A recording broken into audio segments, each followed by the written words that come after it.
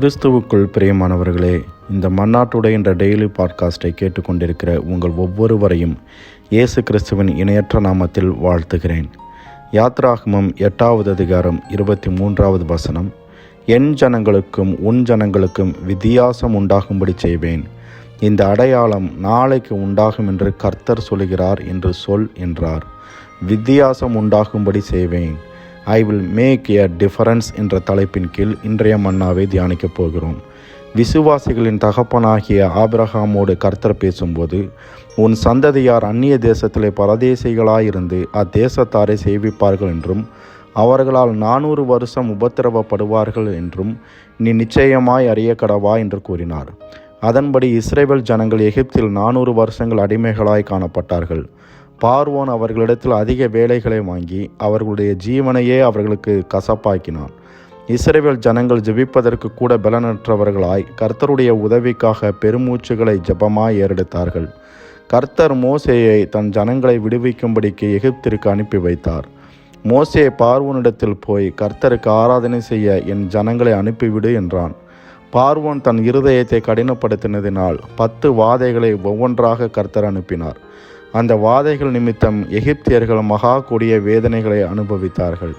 ஆனால் கர்த்தர் தன்னுடைய சொந்த ஜனமாகிய இஸ்ரவேலருக்கும் எகிப்தியருக்கும் வித்தியாசத்தை உண்டாக்கினதனால் அந்த வாதைகள் இஸ்ரவேல் ஜனங்களை வாதிக்கவில்லை. கடைசி நாட்களில் கொடிய காலங்கள் வரும் என்று வேதம் எச்சரிக்கிறது. அந்த நாட்களில் நாம் வாழ்ந்து கொண்டிருக்கிறோம். கலக்கங்களும் திகில்களும் யுத்தங்களும் மரண பயங்களும் தேசத்தின் குடிகளை பிடித்திருக்கிறது. ஆளுகிறவர்களாலும் அரசாங்கங்களினாலும் தங்கள் ஜனங்களை பாதுகாக்க முடியவில்லை. பாதாளம் ஜனங்களை வாரிக்கொள்கிறது.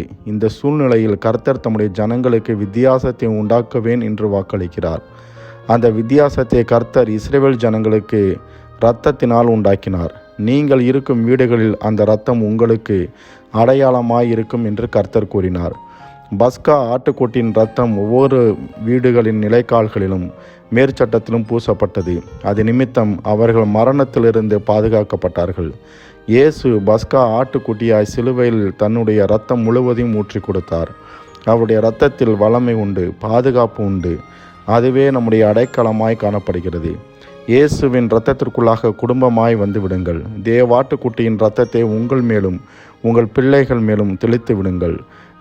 நன்மையானவற்றை பேசும் இயேசுவின் இரத்தம் உங்களை பாதுகாப்பதுடன் உங்களுக்கு நன்மை உண்டாகும்படிக்கும் செய்யும். கர்த்தர் தாமே உங்கள் ஒவ்வொருவரையும் ஆசீர்வதிப்பாராக. ஜெபம் செய்வோமா? அன்பின் பரலோக தகப்பனே, இந்த மன்னாட்டுடைய டெய்லி பாட்காஸ்டை கேட்டுக்கொண்டிருக்கிற உம்முடைய பிள்ளைகள் ஒவ்வொருவரையும் கர்த்தர் தாமே ஆசீர்வதிப்பீராக. ஆண்டவரே, என் ஜனங்களுக்கும் உன் ஜனங்களுக்கும் வித்தியாசம் உண்டாகும்படி செய்வேன் என்று சொல்லி வாக்களித்தீரே. உம்முடைய ஜனங்களுக்கும் மற்ற ஜனங்களுக்கும் வித்தியாசம் உண்டாகும்படி செய்வீராக என்று சொல்லி நாங்கள் ஜெபிக்கிறோம் தகப்பனே. ஆண்டவரே, உம்முடைய பிள்ளைகள் ஒவ்வொரு நாளும் உம்மை சார்ந்து ஜீவிக்கிறவர்களாக இருக்கட்டும், உம்முடைய இரத்தத்தை சார்ந்து ஜீவிக்கிறவர்களாக இருக்கட்டும் என்று சொல்லி ஜெபிக்கிறோம் தகப்பனே. இன்றைய நாள் உம்முடைய பிள்ளைகளுக்கு ஆசீர்வாதமாக இருக்கட்டும். கையிட்டு செய்கிற எல்லா காரியங்களிலும் கர்த்தருடைய ஆலோசனை இருப்பதாக என்று சொல்லி நாங்கள் ஜெபிக்கிறோம் ஆண்டவரே. தகப்பனே, உம்முடைய பிள்ளைகளை போக்கிலும் மரத்திலும் பாதுகாத்தருளும். ஆட்டுக்குட்டியானவருடைய இரத்தத்திற்குள்ளாக ஒவ்வொருவரையும் ஒப்பு கொடுத்து ஜெபிக்கிறோம். இயேசுவின் இணையற்ற நாமத்தில் கேட்கிறோம் எங்கள் ஜீவனுள்ள நல்ல பிதாவே. ஆமேன்.